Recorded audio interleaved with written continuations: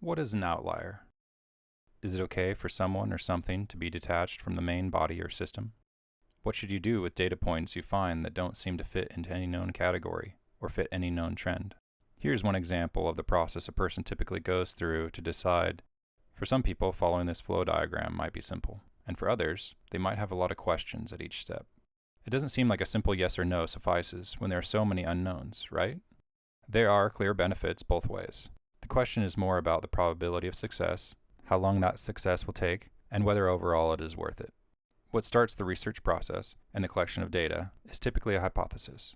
Once you've collected the data, if your hypothesis is right, all you have left is to write a conclusion.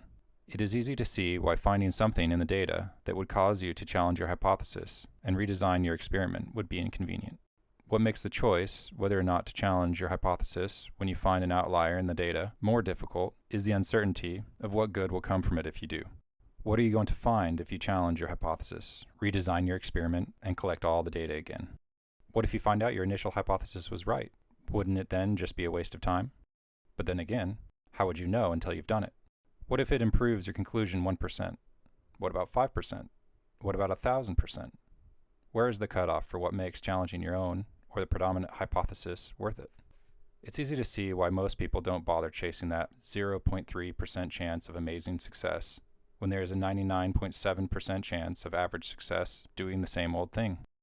Correlated with our emotions, there are 7 different ways of measuring and evaluating life. Of the 7, there is one that sees value in understanding the outliers that appear in the data, and even looking for more. That part of us is not concerned with immediate results. It might be difficult for other people who think a certain conclusion is very clear to comprehend why one person is still looking for other correlations. It often looks crazy to see that person still looking for more data when the conclusion seems so obvious, until they actually find something, then it's genius. It might even become the new predominant hypothesis. ADHD is the core emotion, attribute, or action, expansion, as outlined by Anatomy of Mind and Emotion. The 7 emotions, attributes, or actions are sequential steps.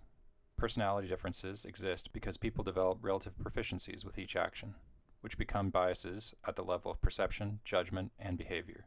Most people have a strong preference towards 3 of the 7 emotions, attributes, or actions.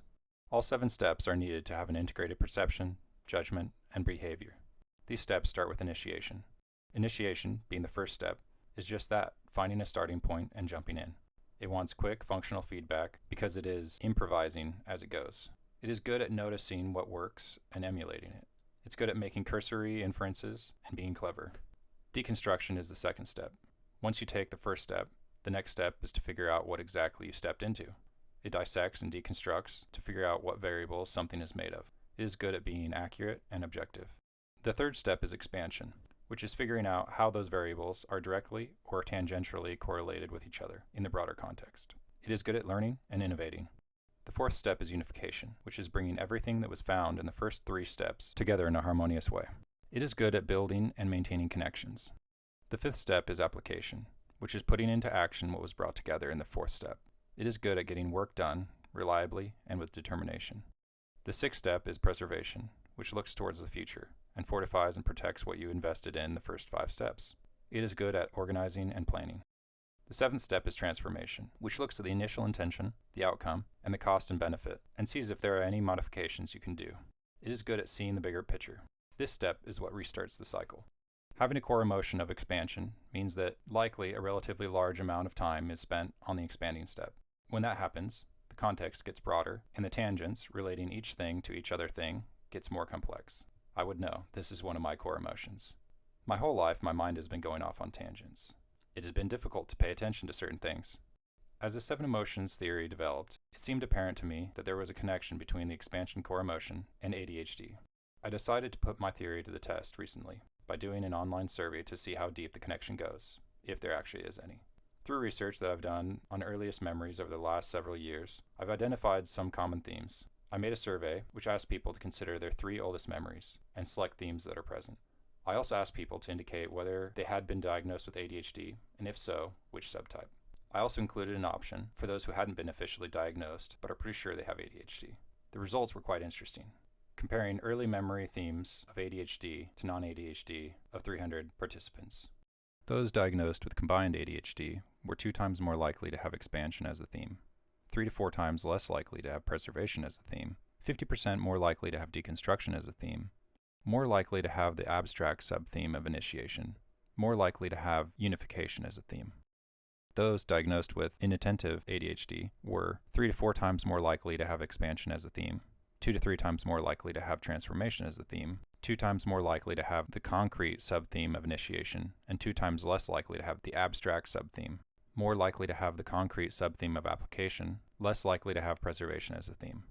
The undiagnosed, but likely to have ADHD were 3 times more likely to have expansion as a theme, 2 times less likely to have an abstract sub-theme of initiation, 1.5 to 2 times less likely to have transformation as a theme, 2 times more likely to have deconstruction as a theme. The sample was comparatively limited for hyperactive impulsive ADHD subtype, but it was enough to see that there was a large increase in expansion and initiation themes compared with those without ADHD. Of the 3 types of ADHD currently proposed, it is quite evident by the survey which personality traits produce them. Theoretically, however, there would be various other types. Any combination of personality preferences that has expansion as one of its top 3 would all be influenced in an ADHD-like way. To learn about each personality preference in depth, there are other videos on my channel, and more to come. Now that a correlation between early memory themes and ADHD has been identified, further research will explore more. The relationship between ADHD and early memories was an incidental finding in my last survey about aphantasia and personality, which showed that early memories could predict how a person conceptualizes things in their head. There are many exciting things about these discoveries, one of which is understanding and rectifying stereotypes. Personality preferences are rooted in our emotions, and though not permanent, do have years of experience reinforcing which attributes typically get the best results. This means that yes, there will be stereotypical behavior from each different personality preference, but it isn't a disorder. Each personality preference has unique strengths and unique obstacles to overcome. One strength that is also an obstacle is the scope of what a person with a personality preference for expansion sees things. Far-reaching, tangential correlations in some cases are very useful, and in others are not. And it takes practice to better identify which is which. Another strength that is also an obstacle is the focus on outliers a person with the personality preference for expansion has. When finding ways to connect with people who are misunderstood, it can be great, although maybe you don't have to talk to every stranger all the time. Similarly, focusing on outliers in data, particularly emotional data, can be good and bad. Yes, most people say they are fine when they are not, or want you to take what they say at face value when there really is more. But that is also a case-by-case thing. Being open and perceptive can be a good thing, but also boundaries and tact are important too. A common strength that is also a weakness for people with expansion as a personality preference is creativity. While another person might be content with working hard doing the status quo, another might take some time to consider all the possibilities. The quote, "work smarter, not harder," can be like a drug to the expansion part of us if it is a preference. It's different than spending all day sharpening your axe and not actually chopping at the tree. It is designing a dozen different devices that can better chop down trees. It's great when it works, but when it doesn't, and you've traveled the whole world collecting ideas and resources, and the deadline to chop down the tree comes, you will probably be picking up the dull axe you didn't have time to sharpen and frantically chopping all night. But then again, it is possible your automated plasma tree cutting device works out, and the whole industry is revolutionized. Again, it is a matter of figuring out when creativity is the best answer and when it is not. Positive and negative stereotypes exist for each personality preference, but a tendency is not a disorder. The better we understand our personality preferences and others, the easier it will be to communicate and cooperate. The goal is that each person fully integrates or becomes proficient with all 7 attributes. That is a lifelong journey, and until then, we can enjoy combining our unique strengths with others. If you'd like to participate in furthering the personality research, please join me at mindandemotion.com or on the subreddit A.M.E. 7. Thanks for joining me, and good luck on your journey.